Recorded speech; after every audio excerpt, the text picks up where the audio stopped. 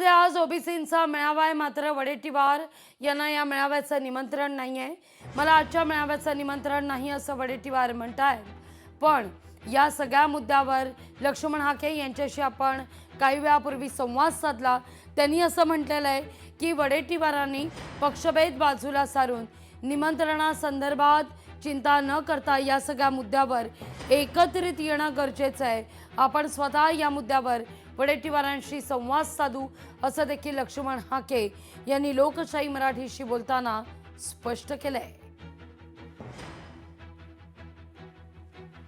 मला तसा काही निरोप नव्हताच त्या मोर्चाच्या संदर्भात, कारण मोर्चामध्ये महाराष्ट्रातील आमचे 3 मंत्री उपस्थित असताना मला आशा आहे की या मोर्चामधून नक्की सरकारचा प्रतिनिधी म्हणून 2 सप्टेंबरचा JR रद्द करण्याचा निर्णय होईल.